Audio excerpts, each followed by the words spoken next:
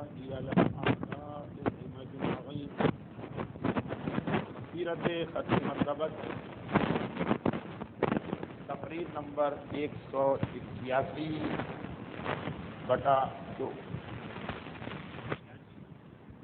مجموعی طور پر 181 نمبر اور اس سال کی دوسری تقریر. بعض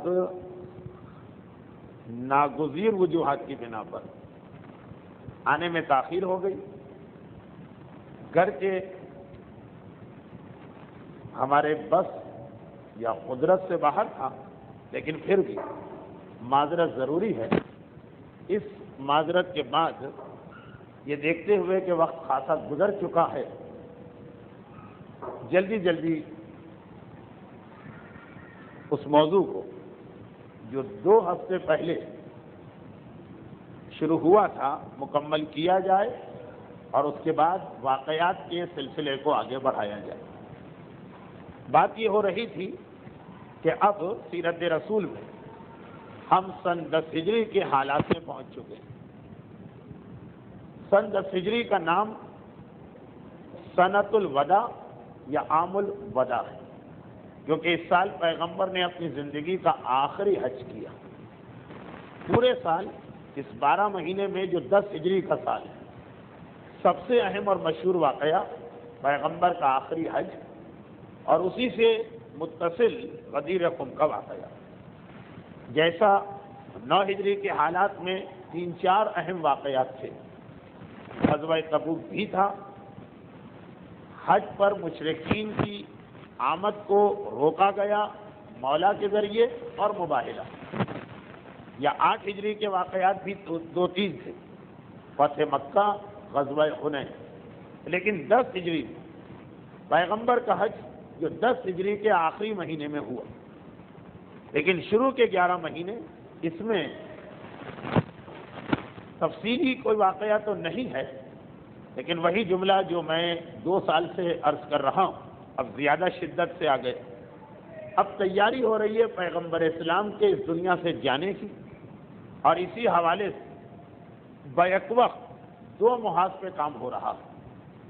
ایک طرف پیغمبر دنیا سے جاتے جاتے اپنے بعد اسلام کے لیے ایک محافظ کا تقرر جو غدیر خم میں ہونے والا، اس کی خاطر تیاریاں کر رہے ہیں.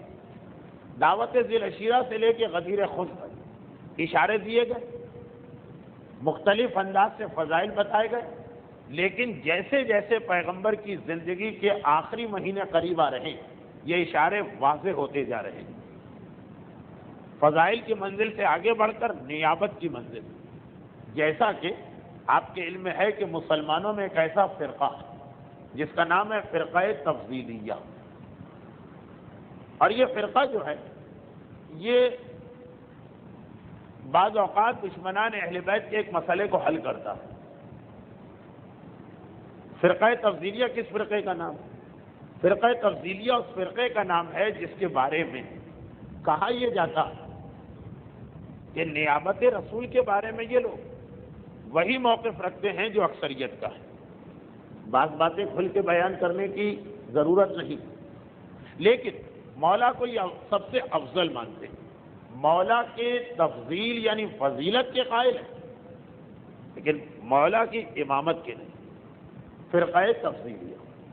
اور یہ وہی فرقہ ہے کہ جس نے غدیر خم کے اعلان کو چھوڑ کر فضائل کی باقی ساری حدیثیں دیکھی، تو فضائل کی حدیثوں کی وجہ سے وہ اس بات کے قائل ہوئے کہ امت رسول میں پیغمبر سب سے افضل علی کو قرار دیا، لیکن کا امامت ثابت نہیں. چنانچہ جتنی بھی آیتیں اور حدیثیں مسئلہ امامت کے حوالے سے ہم پیش کرتے ہیں وہ سب کو قبول کر لیتے ہیں، کہتے لیکن اس سے فضیلت ظاہر ہو رہی ہے. جنگ خندق کا اعلان ہو، جنگ خیبر کا اعلان ہو، رکوع میں انگوٹھی دینے کی بات ہو، دعوت ذی العشیرہ کا اعلان ہو، کہتے ہیں یہ بتا رہا ہے کہ علی سے زیادہ افضل کوئی نہیں، لیکن امامت علی کا حق ہے وہ اس میں کہاں لکھا. یہ فرقہ تفضیلیہ بنا، مسلسل 20-21 سال جو پیغمبر اشارے دے رہے، لیکن جیسے جیسے زمانہ گزر رہا ہے یہ اشارے واضح ہوتے جا رہے ہیں۔ اب مبہم اشارے نہیں ہیں، واضح ہوتے چلے جا رہے ہیں۔ میں نے ایک جملہ کہا کہ اس فرقہ تفضیلیہ سے دشمنان اہل بیت نے ایک فائدہ بھی اٹھایا۔ وہ کیا فائدہ؟ وہ فائدہ یہ کہ اگر غیر شیعہ حضرات کوئی بہت ہی مشہور اور نمایاں شخص آخر اہل بیت کی فضیلت کو مان کر مسئلہ امامت کا بھی قائل ہو گئے تو دشمنان اہل بیت انہیں یہ قسم کی اپنی کمزوری لگی۔ دیکھیے کہا جائے گا اتنا بڑا آدمی اور شیعہ ہو گئے، انہوں نے یہ کیا کہ کہہ دیا کہ ہاں یہ آخر میں جا کے تفضیلی ہو گئے، یعنی علی کی فضیلت کے قائل تھے، امامت کے نہیں۔ غالب کے بارے میں یہی کہہ دیا گیا، اگرچہ اس نے تو صراحتاً کئی جگہ لکھا کہ میں علی ابن ابی طالب کا بندہ ہوں، لیکن کہا وہ بھی تھی بندہ ہوں، فضیلت بتا رہے ہیں، یہ کہاں بتا رہے ہیں کہ وہ امام۔ اور یہی اقبال کے بارے میں کہا گیا، اور ایک قسم کا ان کے بعد فرقہ تفضیلیہ ایک ایسا فرقہ بن گیا کہ ہر اس آدمی کو اس میں ملا دے کہ جس نے عام عقیدے کو چھوڑ کر عقیدہ حق کا قبول کیا ہو، بشرط یہ کہ وہ کوئی پرومیننٹ پرسنالٹی ہو، کوئی مشہور اور معاشرے میں اس کا اثر رکھنے والی شخصیت۔ خیر یہ تو میں کہیں سے کہیں چلا گیا، بات اسی حوالے سے ہو رہی ہے کہ یقیناً شروع میں پیغمبر کی طرف سے فضائل کی جو حدیثیں آ رہی تھیں ان کا انداز فضائل نما تھا، یہ فضائل بتائے جا رہے ہیں، لیکن جیسے جیسے آخری سال آ رہے ہیں رسول کے، یہ ساری فضیلتوں کا اور فضائل کی حدیثوں کا ڈائریکشن ایک بنتا جا رہا، واضح سے واضح کیا جا رہا ہے مسئلے، چاہے وہ غزوہ تبوک مدینے میں اپنی جانشینی کا مسئلہ، چاہے وہ سورہ توبہ کی آیتیں لے کر رجل منکا والا مسئلہ ہو، چاہے وہ مباہلہ ہو، چاہے یہ قضیہ یمن۔ ایک جملہ میں نے کہا چاہے وہ قضیہ یمن، اب اسی کو آج کی تقریر کا اصل عنوان بنانا، یہ کیا مسئلہ ہے؟ تو دیکھیے ایک بات تو یہ واضح ہوئی کہ اب سیرت کی جتنی بھی آپ تقریریں سنیں یا تاریخ میں جب 10 ہجری کے واقعات پڑھیں تو یہ ذہن میں رکھیے گا کہ پیغمبر کے ذہن پہ اس وقت سب سے بڑی یہ فکر ہے اور سب سے بڑا یہ بوجھ کہ اس امت کو جسے میں نے 22 سال کی محنت کے بعد اس گمراہی کی ظلمت سے نکال کر حق کے نور تک پہنچایا، اس کے لیے قیامت تک کی ہدایت کا انتظام رہے۔ دوسری جانب جتنا پیغمبر اس مسئلے کو کھل کے بیان کرتے جاتے ہیں اتنا ہی منافقین کو بھی کھل کے سامنے آنا پڑتا۔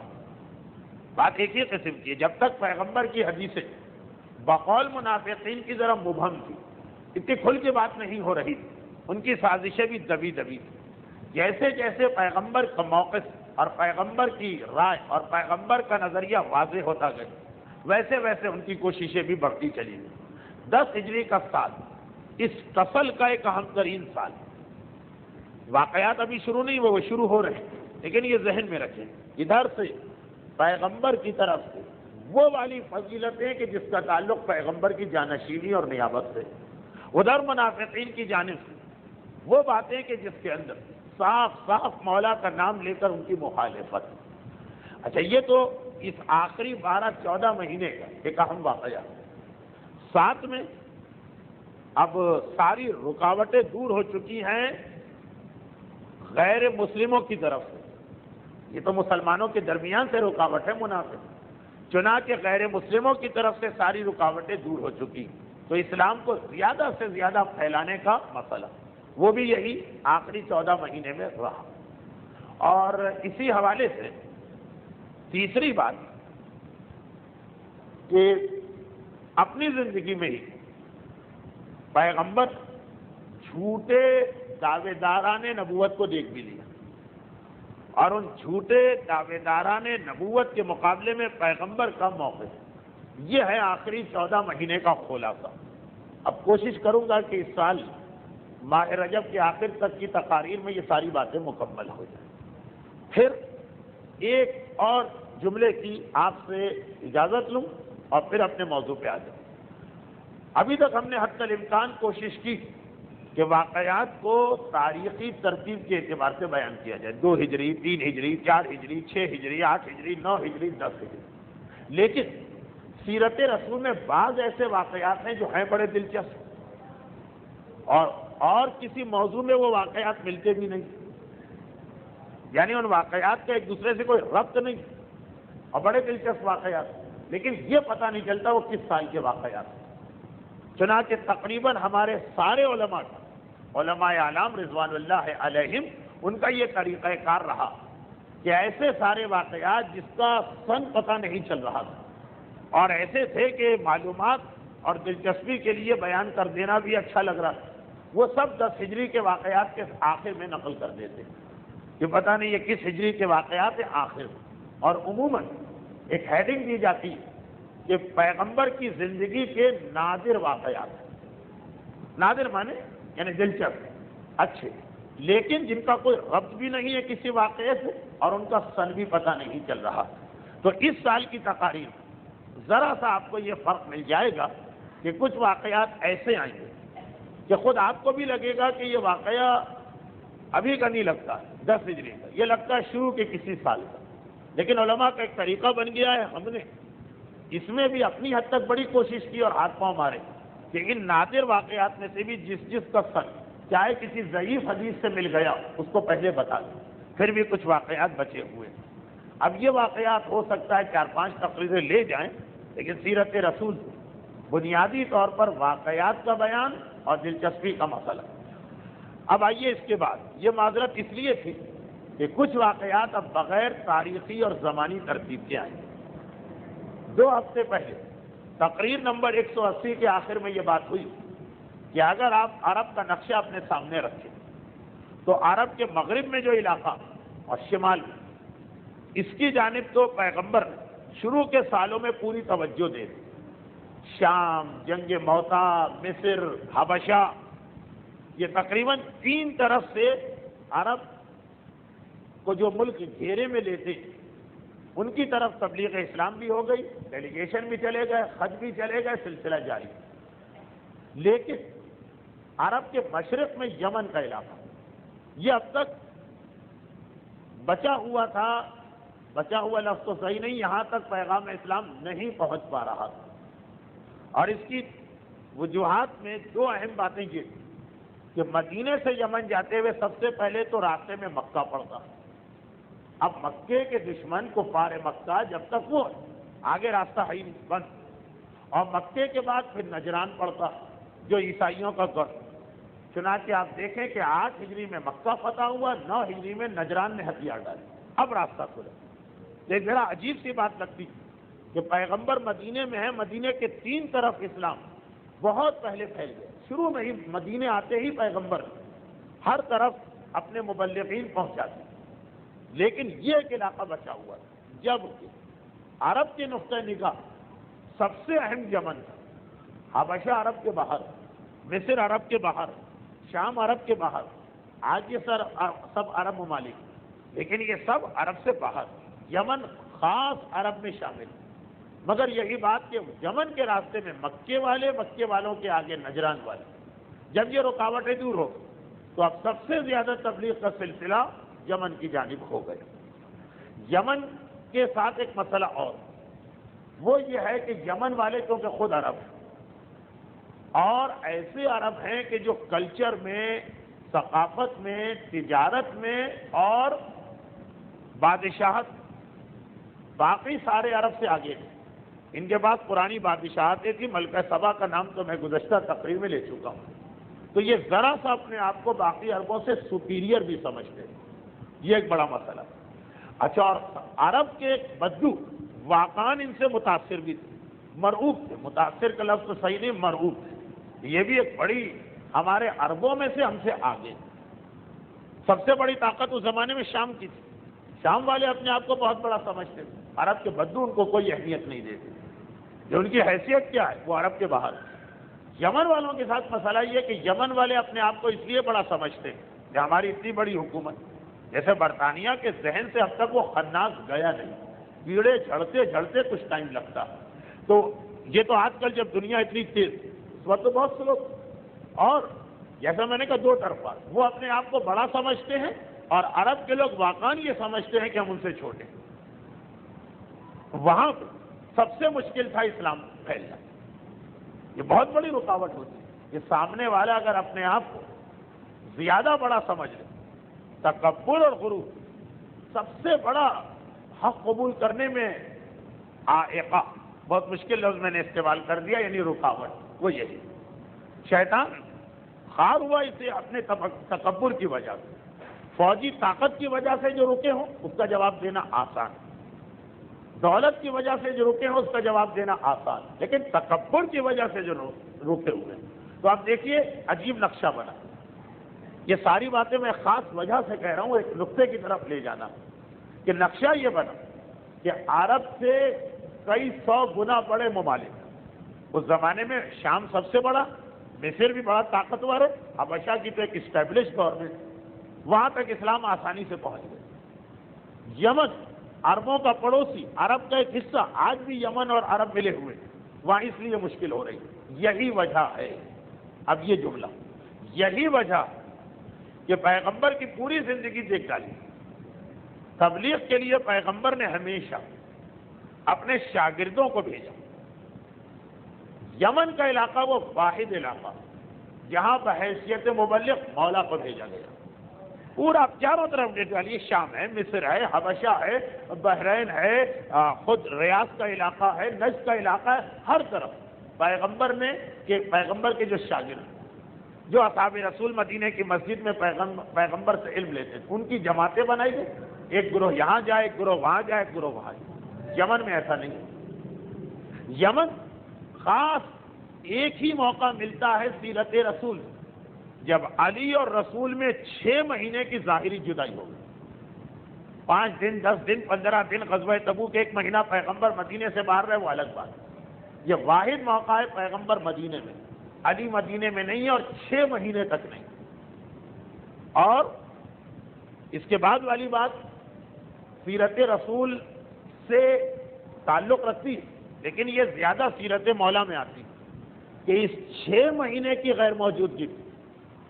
آلریڈی جو منافقین بہت طاقتور ہو گئے، انہیں ایک طرح سے کھل کھیلنے کا موقع ملا، پیغمبر کے بعد کے واقعات، اس کے لیے تیاری بہت پہلے سے شروع ہو گئی، اور یہ 6 ایسے مہینے گزرے کہ جس کے اندر، یعنی 6 مہینے بھی اس طرح سے آپ جوڑیے، یہی جو آج کل مہینہ جمادی الاولیٰ سے لے کے ذی الحج تک، ذی الحج کے اندر مولا یمن سے ڈائریکٹ حج پہ آئے، کیونکہ مکہ بیچ میں، ایک طرف مدینہ ایک طرف یمن، رسول مدینے سے مکے میں آئے تھے، مولا یمن سے مکے میں آئے تھے، اور ملاقات ہوئی 6 مہینے بعد مکے میں، جب واپس مدینے گئے پیغمبر بالکل بیمار، یعنی جاتے ہی بیمار پڑ گئے، اور 28 سفر تک بستر پہ ہی رہے، ایک طرح سے۔ اب یہ پروردگار کی مصلحت کہیے کہ کیا کہیے، ماہ ربیع الثانی کے بعد سے مولا کا مدینے سے براہ راست رابطہ کٹ گیا۔ اب بہت سارے سوال لوگ کرتے ہیں کہ آخر حق کا مسئلہ، دروازے جلانے کا مسئلہ اس وقت علی تھے، کیا ہوا؟ پورا عرصہ، یہ آخری سال گویا پورا آخری سال سمجھ لیجیے، مولا کا رابطہ ہی مدینے سے نہ رہا۔ وجہ یہ تھی کہ یمن کا علاقہ ایک تو بہت اہم تھا اور بہت مشکل تھا، وہاں تبلیغ کے لیے مولا کے علاوہ کوئی چل بھی نہیں سکتا تھا، اور پیغمبر نے اس کو اپنے سنت سے سمجھایا۔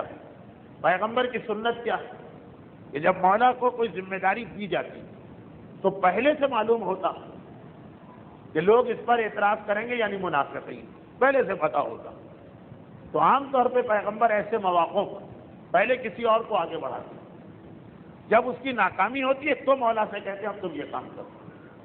آپ نے دعوت ذی العشیرہ میں بھی سنا کہ 3 بار علی کھڑے ہوئے، 3 مرتبہ بٹھا دیا گیا، پہلے دوسروں کو موقع دو، کل کو کہنے کا موقع ان کے پاس نہ رہے۔ آپ نے جنگ خندق میں بھی سنا، عمر ابن عبدود پیغمبر کے خیمے میں اپنا نیزہ پیوست کر رہا، اور 3 مرتبہ علی کھڑے ہوتے ہیں، بٹھا دیے جاتے ہیں۔ یہی طریقہ یمن میں بھی رکھا، ابھی آپ تفصیل ابھی آ رہی کہ پیغمبر نے پہلے بھیجا کسی اور، معلوم ہے کہ علاقہ بڑا سخت علاقہ، لیکن براہ راست علی کو نہیں بھیجا، اور اس کی ناکامی کے بعد مولا کو بھیجا گیا۔ تو یمن کا علاقہ اس اعتبار سے انتہائی مشکل علاقہ ہے کہ وہاں کے لوگ اپنے آپ کو اتنا طاقتور اور ہر اعتبار سے عرب کے بدوؤں سے آگے سمجھتے تھے۔ پھر وہاں پہ مولا کو بھیجنے کے حوالے سے خاص اس مسئلے کی حدیثیں آئیں کہ علی جانشین، خندق، خیبر، بدر، احد، یہاں کی جو حدیثیں آئیں وہ زیادہ فضیلت والی۔ ان کے لیے ایک موقع ہے جو کہیں کہ ہم فضیلت والی کی مانتے ہیں، نیابت نہیں مانتے۔ یمن بھیجنے کے حوالے سے اب خاص وہ حدیثیں آ رہی ہیں جس میں بات صرف نیابت کی ہو رہی ہے، فضیلت کی نہیں ہو رہی۔ یہ ساری تیاری ہے پیغمبر کے اپنے انتقال کی۔ تو یمن کی تبلیغ، اور یہ آخری بات جو پہلے آ چکی ہے کہ نجران کے عیسائیوں سے مباہلے، یہ راستہ بالکل کھول دیا کہ تبلیغ کا سلسلہ یمن میں پہنچا۔ اچھا، اب یمن تھوڑا سا نجران کے واقعے سے پہلے یمن سے اسلام قبول کرنے کی بات اٹھ گئی، خاص طور پر غزوہ تبوک کے بعد اور مباہلے سے پہلے یمن کے قبیلہ زبید کا ایک انتہائی اہم انسان خود مدینے آیا اسلام قبول کرنے کے لیے، اور وہاں سے پھر یہ سلسلہ شروع ہوا۔ اس کا نام ہے مادی کرب۔ مادی کرب، مادی بر وزن صادی، کرب بر وزن کتف، مانا ہوا پہلوان تھا پورے عرب کا، اور اپنے آپ کو وہ اتنا طاقتور سمجھتا تھا اور تھا بھی طاقتور۔ خاص اس کے پاس ایک تلوار تھی جس کا نام تھا سمسام، سواد کے ساتھ۔ یہ مادی کرب کی خاص تلوار ہے، طاقت بھی اس میں بہت زیادہ۔ یعنی اس مجمع کو سمجھانے کے لیے یہ کہا جائے کہ جیسے خندق میں عمر ابن عبدود کو چھانٹ کے لایا گیا اور اس کی بہادری پہلے سے مشہور تھی عربوں، تقریباً وہ پوزیشن یمن کے علاقے میں مادی کرب کی تھی۔ یہ آیا، یہ شہرت سن کر اور اسلام کو تیزی سے پھیلتا دیکھ کر اس کے لیے سب سے تعجب کی بات یہ تھی کہ مکے کے کافر ہتھیار ڈال چکے، حنین کے لوگ شکست آ گئے، حنین طائف کے قبیلے نے اسلام قبول کر لی۔ ہر خبر اس کو چونکا رہی، ایک جھٹکا لگتا، آخر خود آ گیا مدینے میں۔ اور آنے کے بعد ابھی نجران کے عیسائیوں کا مباہلہ نہیں ہوا، بس اسی زمانے میں کہیں ہو رہا تھا۔ اور آنے کے بعد پیغمبر کے پاس پہنچا اور کہا کہ آپ جو اسلام کی بات کرتے اس اسلام سے مجھے کیا فائدہ ہوگا؟ اچھا، یہ بعض جملے بعض لوگوں کے منہ پہ اچھے لگتے ہیں، بعض کے منہ پہ برے لگتے ہیں۔ اب جو اس کا ایک بھول پنا ہے، سادگی ہے، پہلوان تھا خالی، دانشمند دانشور تو نہیں تھا، اور کوئی پیسے والا بھی نہیں تھا کہ کہا جائے کہ جملہ تکبر۔ دولت والا جب کہے کہ میرے پاس ہر چیز ہے، آپ کے اس اسلام سے کیا فائدہ؟ اس نے آ کے کہا کہ اس اسلام سے مجھے کیا فائدہ؟ پیغمبر نے کہا کہ یوم فضل الاکبر، قیامت کا نام، فضل اکبر سب سے بڑی مصیبت کا دن، یوم فضل اکبر، اسلام لانے والا راحت میں ہوگا، باقی ہر شخص پریشان ہوگا۔ اچھا، اب یوم فضل اکبر پیغمبر نے کہا، اس کا ترجمہ سنیے، جس دن سب سے زیادہ ڈر والا دن ہو، ڈر والا، خوف والا، اس دن اسلام فائدہ دے گا۔ اس نے سینہ تان لیا مسجد نبوی، کہا میں تو اتنا بڑا پہلوان، کوئی چیز مجھے ڈرا ہی نہیں سکتی۔ اس نے جب سنا کہ ڈر والے دن فائدہ ہوگا، اپنے ذہن سے اس نے سوچا کہ ڈر کسے کہتے ہیں؟ 10,000 کا لشکر حملہ کرے، 20,000 کا لشکر حملہ کرے، 50 تلواریں آ جائیں، یہ چیز۔ کہا کہ بڑے سے بڑا ڈر بھی ہو، میرے لیے کوئی ڈر نہیں، میں سب کا مقابلہ کرنے کو تیار ہوں۔ پیغمبر نے اس وقت اس سے کہا کہ اے شخص، تو کس چیز کو ڈر سمجھ رہا؟ کیا تیرے ذہن میں آئے؟ پہلے سمجھ یوم فضل اکبر کیا۔ اور پیغمبر نے سمجھائے۔ اب پیغمبر کا انداز، پیغمبر کے الفاظ، ترجمہ تو ہم پڑھ سکتے ہیں، لیکن اول تو خود عربی زبان کے اندر جو جوش وہ اردو ترجمے میں نہیں آئے۔ اب پھر خالی الفاظ سے کام نہیں چلتا، بیان کرنے والے کا۔ عمر ابن مادی کرب، یہ مادی کرب جیسا انسان جو ابھی سینہ تان کے کہہ رہا تھا میرا جیسا پہلوان دنیا میں نہیں، میں کس سے ڈروں گا؟ گھبرا گیا، کانپ گیا، پیشانی میں پسینہ آ گیا، اور اسی وقت اس نے اسلام قبول کیا۔ پیغمبر نے کہا سن، فضل اکبر کسے کہتے ہیں؟ بڑی مصیبت کسے کہتے ہیں؟ جو تو سمجھ رہا ہے یہ وہ نہیں ہے، یہ اتنی بڑی ہے کہ تیری عقل کام بھی نہیں کر سکتی۔ قیامت اس دن کا نام کہ جس دن ایک سور پہلے پھونکا جائے، اور اس سور کی خاصیت یہ کہ اس کی وجہ سے اتنی اس کی یعنی آواز کہ جتنے لوگ بھی مردہ وہ زندہ ہو جائیں، جیسے سونے والے جاگ جاتا ہے اگر کوئی زبردست دھماکے کی آواز ہے، اور جاگنے والے بے ہوش ہو جاتے ہیں۔ دیکھیے سور پیغمبر کا ہی جملہ ہے جس کا ترجمہ میں پڑھ رہا ہوں۔ پیغمبر نے فرمایا قیامت کا سور ایک ایسا سور ہوگا کہ جتنے لوگ اس وقت مردہ ہیں اس آواز سے جاگ جائیں، اتنی ہیبتناک اور خوفناک آواز ہو، اور جتنے لوگ اس وقت زندہ ہیں وہ سب مر جائیں گے، مردہ زندہ ہو جائیں گے، زندہ مر جائیں گے، الا ما شاء اللہ، یہ پیغمبر کا جملہ، سوائے ان کے کہ جنہیں اللہ بچا لے۔ اس کے بعد ایک دوسرا سور پھونکا جائے گا، کیونکہ جو پہلے مردہ تھے وہ تو زندہ ہو گئے لیکن زندہ تو مر گئے۔ پیغمبر فرماتے ہیں دوسرا سور پھونکا جائے گا، اور اس کے نتیجے میں یہ لوگ جو ابھی مرے یہ بھی دوبارہ زندہ ہو جائیں۔ قیامت ہے معاذ اللہ، کوئی کھیل تو ہے نہیں کہ یہ زندہ ہو جائیں گے تو آپ کہیں وہ پہلے والے مر جانے چاہیے، اور یہی ہوتا رہنے۔ 2 دفعہ سور پھونکا جائے گا۔ پہلے سور کا مقصد ہے مردوں کو زندہ کرنا، زندوں کو مار دینا، اس لیے کہ قیامت سے پہلے ہر ایک کو موت کا ذائقہ چکھنا۔ جو زندہ ڈائریکٹ اگر قیامت میں چلے گئے بغیر موت کے تو وہ اصول ٹوٹا، دوبارہ زندہ کیے جائیں گے۔ اور اس وقت، اب یہ پیغمبر سمجھا رہے ہیں، اس وقت حالت یہ ہوگی کہ آسمان میں شگاف ڈالا جائے گا، زمین مٹا دی جائے گی، پہاڑ ریزہ ریزہ کر دیے جائیں گے، جہنم کے شعلے اتنے بلند ہوں گے جتنے پہاڑ، اتنے بڑے بڑے تو اس کے شعلے ہوں گے۔ یہ پیغمبر کا جملہ، یہ سارے الفاظ حدیث کے الفاظ۔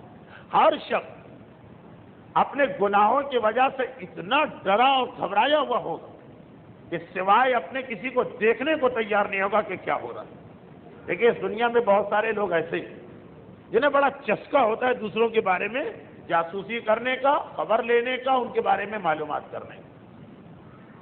ہر وقت اس فکر میں رہتے ہیں جسے قرآن کہتا ہے تشیع الفاحشہ، کہ برائی کو پھیلایا جائے، یہاں سے وہاں، وہاں سے وہاں، وہاں سے وہاں، وہاں سے۔ اب کبھی یہ گناہ کی حد تک ہوتا ہے، کبھی گناہ سے کم ہوتا ہے، ہر ایک کے بارے میں۔ ہم جیسے لوگ اس میں زیادہ ہنستے، اس لیے کہ جو آدمی کسی انداز سے بھی ذرا سا مشہور ہو جائے وہ زیادہ لوگوں کی نگاہوں میں آ جاتا۔ جیسے ابھی حال ہی میں ایک بات سننے کو ملی، ابھی اپنی بات کیا کروں لیکن اس لیے کہ اس میں ایک وضاحت ہو جائے کہ جی اس سال کاروان سلمان اس لیے حج پہ نہیں جا رہا کہ ان میں آپس میں اختلاف ہو گئے، اور ایک آدمی دوسرے سے اور دوسرا تیسرے سے، اور نمک مرچ لگا کے بات کو آگے پھیلایا جا رہا۔ اگرچہ ایک بیچاری شہزادی اسی چکر میں ماری بھی گئی، خیر وہ بیچاری تو نہیں تھی، جیسا کہ اسلامی جمہوریہ ایران کے ریڈیو نے کہا کہ بے حیائی کا ایک باب بند ہو گیا، لیکن کہا یہی جاتا۔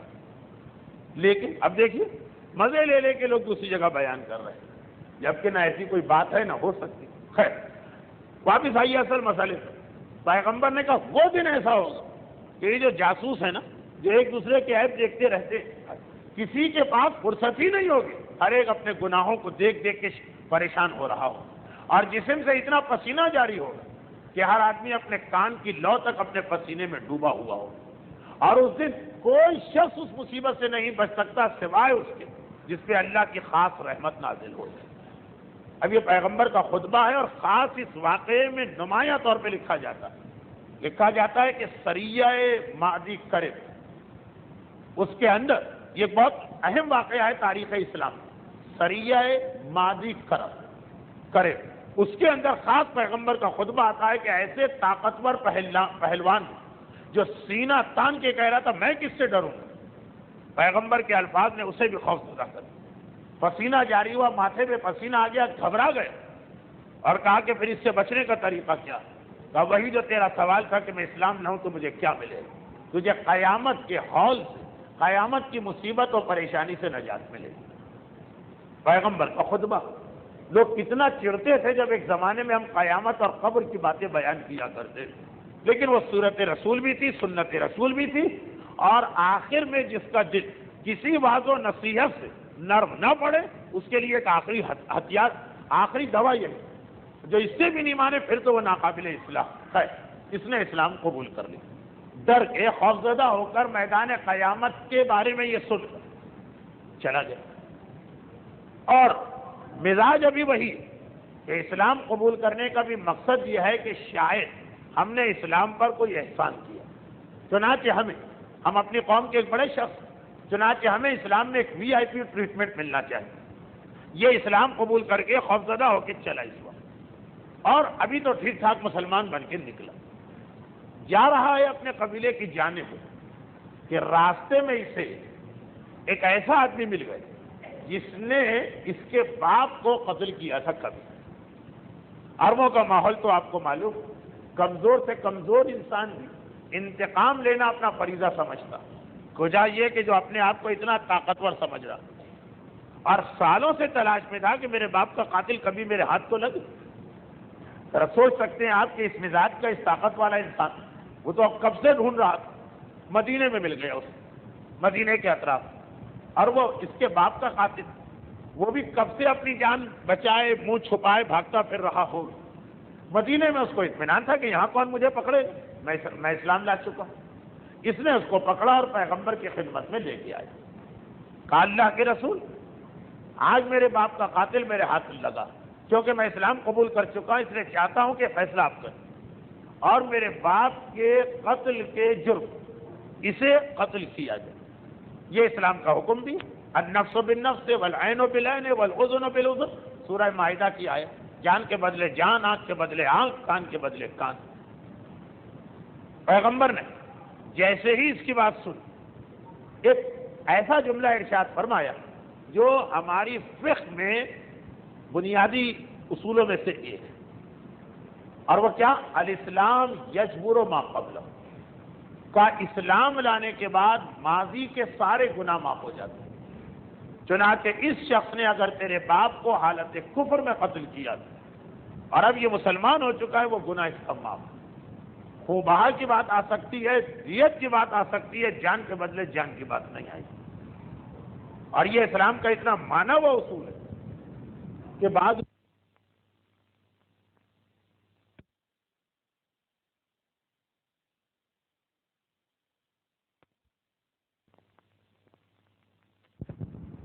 اس شخص نے اگر تیرے باپ کو حالت کفر میں قتل کیا اور اب یہ مسلمان ہو چکا ہے، وہ گناہ معاف۔ خوب بہا کی بات آ سکتی ہے، دیت کی بات آ سکتی ہے، جان کے بدلے جان کی بات نہیں آئی۔ اور یہ اسلام کا اتنا مانا ہوا اصول ہے کہ بعض لوگ ایسے مواقع پر اپنی جان بچانے کے لیے مسلمان ہو جاتے ہیں۔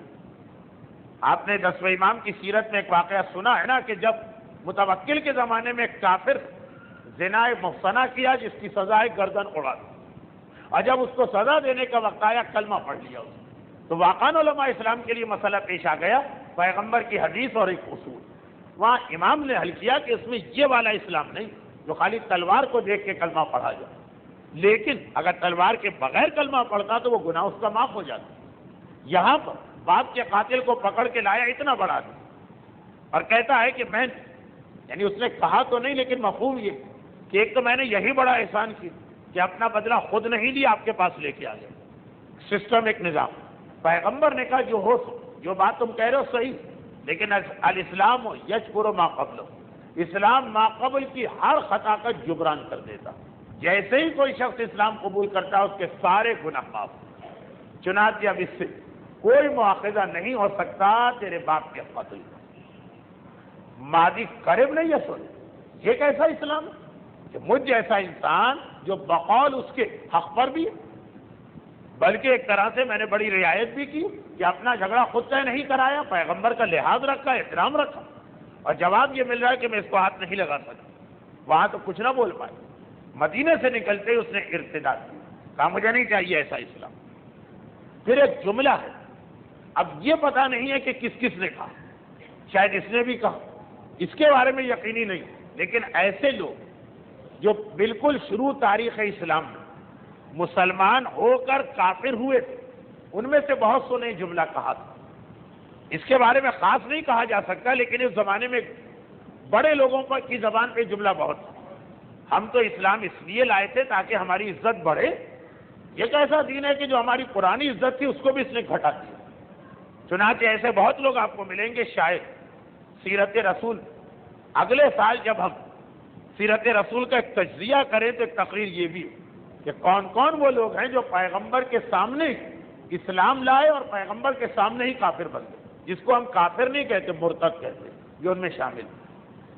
اور ایک مرتبہ مدینے سے نکلتے ہی نہ صرف یہ کہ مرتد بن، بلکہ یہ جو باپ کا قاتل تھا یہ تو مدینے میں رہ گئے، یہ یمن جاتے ہوئے اس کے قبیلے کو نقصان پہنچا کے حملہ کرتا ہوا اپنے قبیلے کی جانب گیا، قبیلہ بنو زبیر، وہاں جا کے یہ بیٹھ گئے۔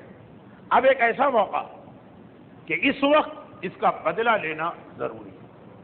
ویسے اسلام کے مزاج میں انتقام نہیں ہے، معافی، حتی الامکان لوگوں کو معاف کرو، لیکن جیسا کہ نہج البلاغہ میں میرے مولا کا فرمان، خبردار کسی نااہل کو معافی نہ دیں، وہ اور سر چڑھے، وہ اور اپنی سرکشی میں آگے بڑھ جائے۔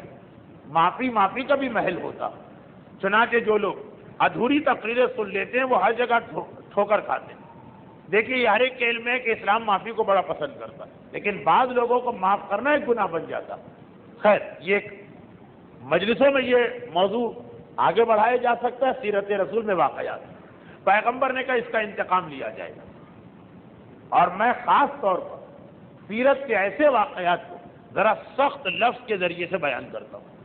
لفظ انتقام اردو زبان میں ذرا سا برا لفظ، اس کے بدلے ہم کہہ سکتے تھے پیغمبر نے فرمایا کہ قصاص لیا جائے، مگر اس لیے میں نے یہ لفظ استعمال کیا کہ پیغمبر رحمت للعالمین تھے اور ہیں اور رہیں گے، لیکن لوگ رحمت کا بہت غلط مطلب لیتے ہیں۔ چھوٹے پیمانے پر ہر گناہ کر کے رحمت کے نام سے جائز قرار دے دیتے ہیں۔ بڑے پیمانے پر اسلامی انقلاب کے بعد ایران میں جب ایسے لوگوں سے بدلہ لیا جا رہا تو ایک بار بار یہی دلیل دہرائی جا رہی، یہ کیسا اسلامی انقلاب؟ پیغمبر رحمت للعالمین نے وہ سب کو معاف کر دیتے، اور جو ان کے نائب ہونے کا دعویٰ کرتا وہ اس طرح سے گردنیں اڑا رہا۔ سیرت رسول کسی نے نہیں پڑھی، دو چار موٹے موٹے جملے کہیں سے پڑھ لی اور سمجھا کہ یہی سیرت رسول۔ پیغمبر نے کہا کہ نہیں، کس کا بدلہ لیا جائے، اس لیے کہ اگر اس کو یہ اجازت دے دی یہ تو کل ایک مسئلہ بن جائے گا، ہر آدمی واقعاً اسلام کی توہین کرے گا، سر پہ چڑھ جائے گا۔ بلکہ ایک حدیث بھی ہے پیغمبر ہی، اور وہ یہ کہ قتل الموذی قبل الایذاء، جو اذیت دینے والا ہے اس کو کبھی اس سے پہلے ہی قتل کر دو کہ وہ اذیت۔ یہاں دیکھ رہے ہیں پیغمبر کے آگے کتنا خراب اس کا تاثر بن سکتا ہے۔ چنانچہ دو آدمیوں کو لشکر دے کے بھیجو، کیونکہ مادی کرب یہ جس راستے سے گیا وہ آگے جا کے دو راہ بن گیا۔ مدینے میں یہ اطلاع نہیں آ رہی تھی کہ یہ کہاں گیا۔ فوری طور پر پیغمبر نے کہا اس میں انتظار نہیں کریں کہ اطلاع آئے اور پھر لشکر بھیجو، دو لشکر بھیجو، ایک ادھر جائے ایک ادھر جائے، جہاں بھی یہ آدمی ملے اس کو سزا دی۔ ایک لشکر کی قیادت مولا کائنات کے سپرد کی۔ تاریخ میں بہت کم ہوا کہ ایسے چھوٹے معاملے کے لیے مولا کو بھیجا، لیکن کیونکہ معاملہ یمن کا تھا اور یمن کا پورا علاقہ مولا کے حوالے کیا جانا ہے آگے چل کر، چنانچہ یہ مولا کا پہلا سفر ہو رہا ہے یمن کی طرف، اور مولا کا نائب اس آدمی کو بنایا گیا جو اس اعتبار سے تاریخ اسلام میں ایک بڑی اہم شخصیت کہ اس کا تعلق خاندان بنو امیہ سے، اور کہا جاتا ہے کہ اس خاندان کا ہیرا تھا یہ انسان، خالد بن سعید بن عاص۔ جب ہم نے اصحاب رسول کے حالات پڑھے تھے پوری تقریر ان کے اوپر، یہ وہی ہیں کہ جنہوں نے ملک حبشہ میں نجاشی بادشاہ کے ساتھ مل کر پیغمبر کا نکاح پڑھایا تھا، ام حبیبہ، اور یہ ام حبیبہ کی، کیونکہ ام حبیبہ بھی خاندان بنو امیہ کی، حاکم شام معاویہ کی بہن، یہ ام حبیبہ کی طرف سے وکیل بنے اور نجاشی پیغمبر کی طرف۔ یہ واقعات دو تین دفعہ پہلے بھی آ چکے ہیں۔ یہ خالد ابن سعید ابن عاص اس خاندان کی ایک ایسی شخصیت جو محبت علی میں سر سے پیر تک ڈوبے ہوئے ہیں۔ معصومین نے اس اعتبار سے ان کی بہت تعریف کی کہ سارے خاندان کے مزاج سے ہٹ کر یہ اس معرکے میں اور لڑائی میں مولا کے نائب بنائے، اور دوسرے لشکر کو بھیجا ایک اور آدمی کے حوالے، نام میں نہیں لینا چاہتا ہوں، اور ان کا نائب بنایا ابو موسیٰ اشعری کو، اور یہ کہا دونوں لشکروں سے کہ چلے جاؤ اور جا کے اس آدمی کو جہاں بھی ملے ماضی کرے، جہاں بھی پاؤ اسے سزا دو۔ لیکن وہ جو دوسرا لشکر بھیجا اس کے سردار سے کہا کہ اگر علی کا خط تمہارے نام آ جائے تو جہاں ہو وہیں رک جانا، پھر تمہیں آگے نہیں بڑھنا. یہ دونوں لشکر چلے. اچھا، اب ایک لشکر کا راستہ تھا قبیلہ جعفی کی طرف. یہ راستے کا ہے قبیلہ جعفی. یہ وہی قبیلہ ہے جس کے وہ راوی تھے جابر. ایک تو بہت مشہور جابر، وہ نہیں، دوسرے جابر جنہوں نے پانچویں امام سے وہ اہم ترین حدیث روایت کی کہ جو ہر مرد، ہر عورت، ہر بوڑھے، ہر بچے، ہر عالم، ہر جاہل بار بار پڑھنا چاہیے. اس میں امام اپنے شیعہ کی کچھ ایسی نشانیاں بتا دی کہ اگر اس کو سمجھ لیا گیا تو سارے مسئلے جو ہماری قوم میں آج کل اس حوالے سے پیدا ہو رہے ہیں وہ سب ختم ہو جائیں. یہ حدیث اصول کافی کی جلد دوم میں بھی ہے، اور جامع تعلیمات اسلامی نے مرحوم آیت اللہ خوئی کی جو توضیح المسائل چھاپی تھی اس کے شروع میں بھی. بہرحال یہ تو ایک ضمنی بات آ گئی. قبیلہ جعفی بہت مشہور یمن کا قبیلہ. آپ آگے چل کے دیکھیں کہ سیرت معصومین میں یمن کے لوگ بہت زیادہ آل محمد کے قربت میں تھے، بہت اٹیچ رہے، بہت محبت تھی. وہ سارا سلسلہ اب شروع ہو رہا ہے اس واقعے سے. یہاں سے آل محمد کا پہلا تعارف یمن سے ہو رہا اور پھر یہ بڑھتا ہی جائے گا. خیر، اب پہلا لشکر مولا کی قیادت وہ جا رہا ہے مادی کرب کے اصلی قبیلے کی طرف. دوسرا لشکر بھیجا دوسرے آدمی کی قیادت میں، وہ جا رہا ہے اس راستے پر جہاں پہ جعفی قبیلہ پایا جاتا. مادی کرب پہلے وہیں گیا، اسے اطلاع مل گئی میرے پیچھے کوئی آ رہا، چنانچہ وہ فوراً اپنے اصلی قبیلے میں پہنچا. اور مولا نے جیسے اطلاع ملی اس کو خط لکھا، رک جاؤ رک جاؤ. اس آدمی نے نہ پیغمبر کا حکم مانا نہ مولا کا خط، اور بڑھتے بڑھتے آخر اس قبیلے میں آ گیا جہاں پر مولا خود پہنچے، جبکہ روکا گیا تھا راستے میں. اب کچھ ایسی باتیں ہیں، آپ ہی ذرا سوچ رہے ہوں گے کہ اتنا ٹکڑا بیان کرنے کی کیا ضرورت ہے. کچھ ایسی باتیں ہیں جس کا ربط ہے یمن میں مولا کی تبلیغ. بس ذہن میں رکھیے گا کہ ایک ایسا آدمی جس کا نام آئندہ منگل کو آ جائے گا کہ یمن، پھر بعد میں جب تبلیغ کی ضرورت ہو پیغمبر نے پہلے اسی آدمی کو بھیجا اور پھر مولا کو بھیجا. خیر، اب یہ قبیلہ مادی کرب جس کا نام ہے قبیلہ بنو زبید، مولا نے جس وقت اپنے لشکر کو اس کے قریب پہنچا تو سارا قبیلہ کہنے لگا اے ابا ثور. مادی کرب اتنا طاقتور، ثور عربی میں بیل کو کہتے ہیں، ابا ثور بیل کا بھی باپ، یعنی طاقت کے اعتبار سے. اب وہ آ گیا، اس کا مقابلہ تم کیسے کرو؟ مولا کے حوالے سے بات. مادی کرب نے کہا آنے دو میدان میں دیکھوں. لیکن جب میدان میں مادی کرب اسی انداز سے اترا جو عمر ابن عبدود کا انداز تھا میدان خندق. جبکہ خندق بہت مشہور ہے، غزوہ مادی کرب کو کوئی جانتا بھی نہیں، لیکن خیر مقابلہ ہوا. عمر ابن عبدود مارا گیا، بھاگا نہیں. مادی کرب پیٹ پھرا کے بھاگا اور اس کے سارے قبیلے نے ہتھیار ڈالے، کیونکہ سارا قبیلہ اکثریت تو اس میں کافر تھی. یہ اکیلا ہی آدمی گیا تھا مسلمان ہونے، یا دو چار اس کے ہم نوا تھے. اس کا بھائی مارا گیا، اس کا بھتیجا مارا گیا، اس کی بیوی روکانا وہ قیدی بنائی گئی. یہ سب ابھی کافر تھے. چنانچہ ایسی عورت کنیز بن جاتی. اور مولا نے پھر اس کے بعد مدینے کی جانب واپسی کا ارادہ کیا، لیکن اپنے نائب خالد ابن سعید ابن عاص سے کہا تم یہاں ٹھہر گئے. اگر اس بھاگے ہوئے قبیلے کا کوئی شخص بھی آ جائے اور معافی مانگے اور اسلام قبول کرنا چاہے تو نہ صرف یہ کہ اس کو معاف کر دینا، بلکہ اس کی دولت بھی لوٹا دینا اور اس کے خاندان کی عورتیں بھی واپس کر دینا. کوئی بھی آ جائے تمہیں یہ اجازت دی جاتی ہے، اور میں جا رہا ہوں واپس مدینے. یہ کہہ کے مولا مدینے کی جانب چلے.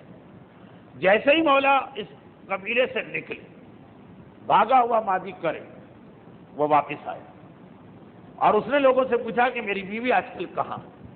اسے خوف کہ مال غنیمت میں کنیز بن گئی، ایسا نہ ہو کہ انہیں مدینے بھجوا دیا گیا. لیکن جیسا کہ ایک اور حدیث میں مولا نے کہا قوم کے قابل احترام آدمی ہوتے ہیں، وہ قیدی بھی بن جائیں، ان کی عورتیں کنیز بھی بن جائیں، ان کو عام آدمیوں پہ ان کا قیاس نہ کرنا. چنانچہ روکانا. مادی کرب کی وہ بھی جسے اس کا شوہر چھوڑ کے بھاگ گیا وہ ابھی تک یہاں موجود. لوگوں سے پوچھا، لوگوں نے کہا خالد ابن سعید ابن عاص کے پاس جاؤ، وہ نمائندے ہیں اس وقت. مادی کرب ان کے دروازے پہ آئے، پہلے اپنی طاقت کا مظاہرہ کیا. یہ بتانا چاہتا ہے کہ میرے بھاگنے کو میری بزدلی نہ سمجھو.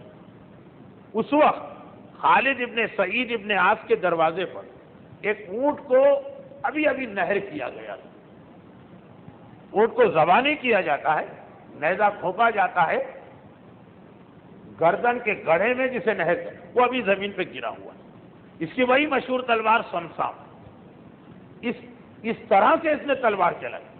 یعنی یہ جیسے عمر ابن عبدود کی بہادری کیسے بتائی جاتی ہے کہ ایک ہاتھ میں اونٹ کا بچہ اٹھا کے ڈھال بنا لیا، ویسی بہادری تھی یہ عربوں کے اعتبار سے. تلوار چلائی سمسام اس تیزی کے ساتھ کہ ایک بار اونٹ کی چاروں ٹانگیں کٹ کے جدا ہو گئی. اونٹ کی ایک ٹانگ ایک بار میں کاٹنا ناممکن ہے، اور کہاں چاروں ٹانگیں، دونوں آگے کی اور پچھلی ٹانگیں ایک بار میں سیکنڈوں میں جدا ہو گئی. طاقت کا مظاہرہ بتائیے رہا کہ اگر میں بھاگا تو اس لیے کہ جو میرے مقابلے میں تھا وہ اتنا طاقتور تھا کہ اس سے کوئی نہیں لڑ سکتا، ورنہ میری طاقت، میری شجاعت، میری تلوار کی تیزی اس میں کمی نہیں ہے. یہ مظاہرہ کرنے کے بعد اندر آئے. خالد ابن سعید ابن عاص سے کہا کہ میں معافی مانگنے آیا، کہا اگر تم کلمہ اسلام پڑھ لو تمہارے لیے معافی. یہ مرتد ملی ہے، پہلے کافر تھا، پھر مسلمان ہوا، پھر کافر ہو گیا، ایسا کلمہ پڑھ سکتا ہے. لیکن اگر سلمان رشدی ٹائپ کا ہو جو مسلمان پیدا ہو کے کافر بنے، وہ واجب القتل ہوتا. فرق ذہن میں رکھیے گا. خیر، اور پھر کہا کہ میری بیوی اور مال کا سب موجود، ساری چیزیں تیرے لیے ہی، کہہ کے سب کچھ اسے دیا.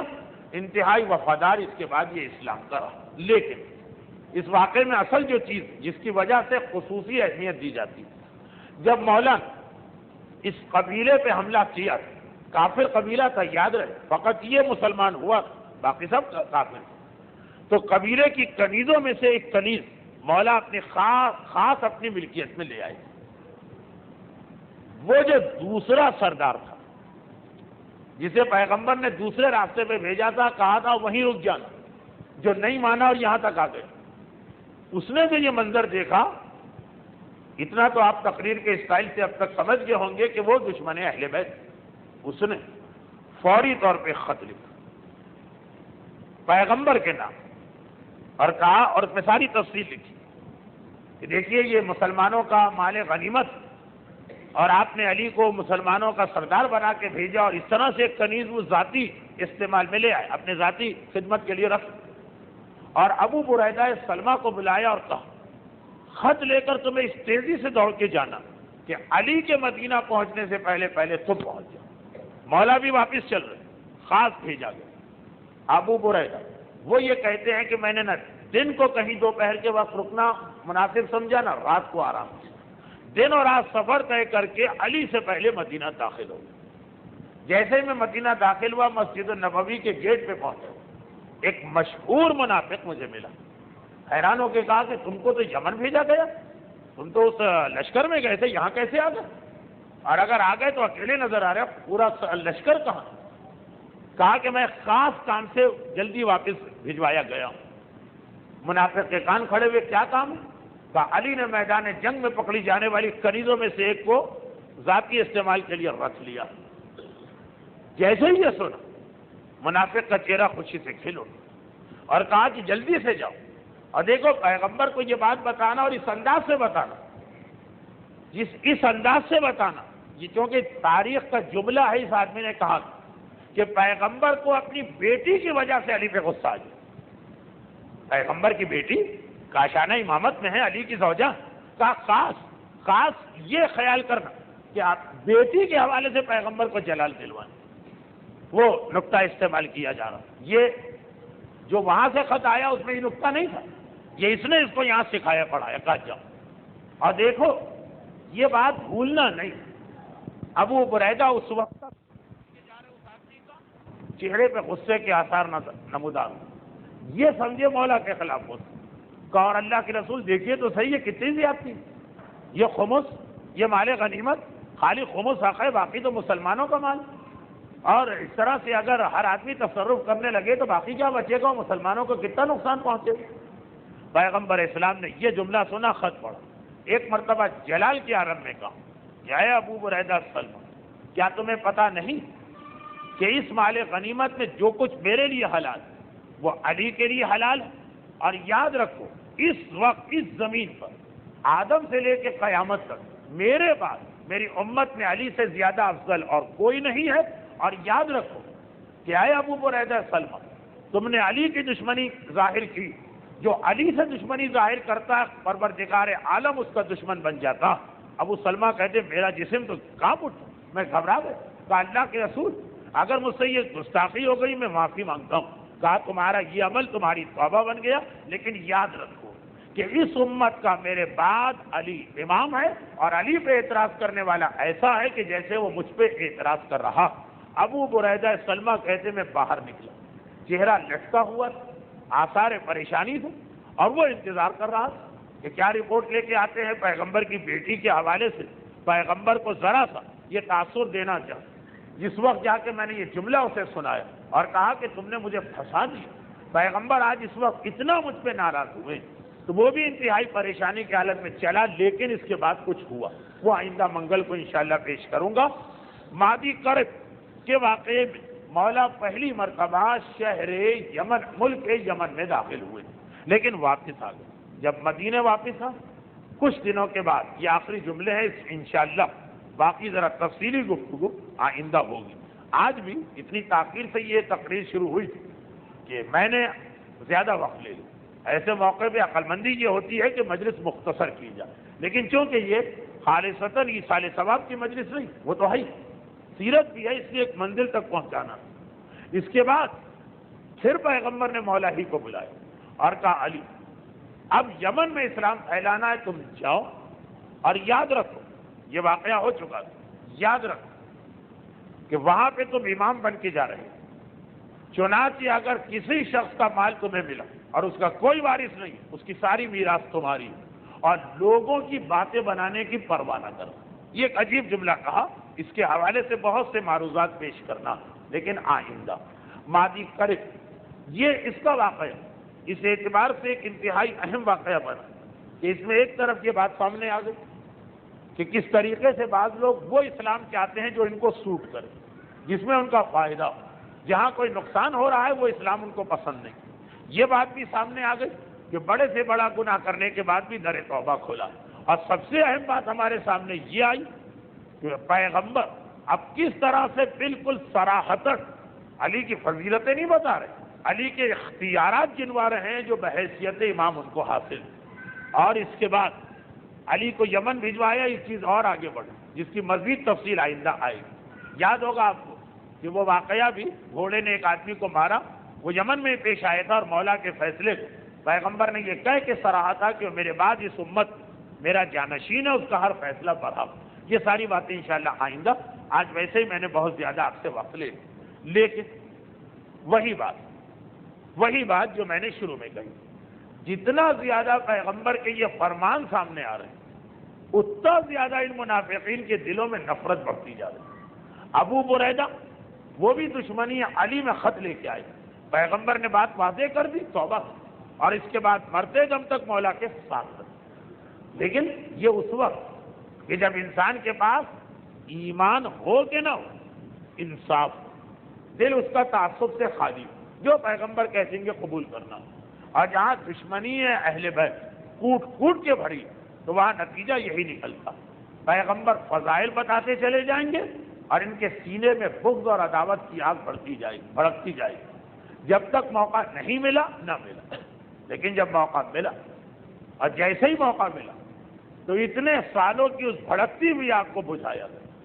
چنانچہ جملہ یہی تو ہے نا کہ آج میں نے اپنے بدر و احد کے بزرگوں کا انتقام لیا، ایک بات نہیں، یہ مسلسل فضائل علی ایک کے بعد ایک سامنے آ رہے، اور انتقام لینے کا جذبہ بڑھتا جا رہا۔ اس میں بعض پردہ نشینوں کے نام بھی آتے ہیں جس کے بارے میں کھل کے گفتگو تو نہیں کی جا سکتی،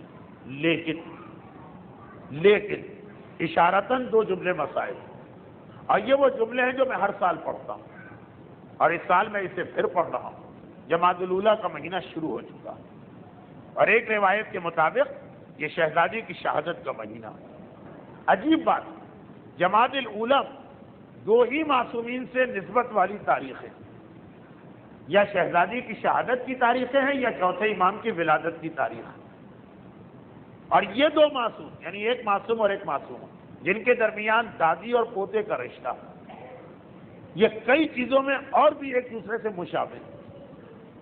پہلی بات جب سے کائنات بنی ہے قیامت تک جو سب سے زیادہ رونے والے گزرے، معصوم کی حدیث البکاؤن خمس، بکا مبالغے کا صیغہ ہے، سب سے زیادہ رونے والے 5، اور ان 5 میں کہا کہ ان 5 میں بھی آخری 2 جو وہ باقی 3 سے بھی زیادہ رونے والے۔ پہلے 3 میں انبیاء کا نام، آدم روئے، نوح روئے، یعقوب روئے، کہا ان میں بھی آخری 2 سب سے زیادہ رونے والے۔ ان میں سے ایک نام شہزادی فاطمہ کا لیا اور دوسرا نام اپنے دادا چوتھے امام کا لیا، یعنی دادی اور پوتے میں پہلی نسبت یہ بن رہی کہ ان سے زیادہ رونے والا کائنات میں کوئی نہیں گزرا، یا فاطمہ اتنا روئی یا سید الساجدین اتنا روئی۔ اور ایک دوسری خصوصیت آپ کو یہ نظر آئے گی کہ یہ 2 وہ ہستیاں جن پر اتنے مصائب پڑے کہ جس نے ان کو جوانی میں بوڑھا کر دیا، یا شہزادی فاطمہ جوانی میں بوڑھی ہو گئی، یا میرا مولا سید الساجدین۔ سید الساجدین کے بارے میں تو 2 درس پہلے میں نے عرض کیا کہ جب مدینہ واپس آئے تو چچا محمد حنفیہ بھتیجے کو نہیں پہچان پا رہا، اور جب پہچانا بڑی مشکل سے تو گھبرا کے کہا بیٹا سجاد، یہ اس جوانی کے اندر ایسا بڑھاپا، سر کے بال سفید، کمر میں خم آ گیا، چہرے پہ جھریاں، جس چیز نے تجھے بوڑھا کر دیا؟ تو یہی تو کہا الشام الشام الشام، مولا سجاد کو شام نے بوڑھا کیا، مگر فاطمہ زہرا کو کس نے بوڑھا کر دیا؟ بڑھاپا آیا تو کیسے آیا؟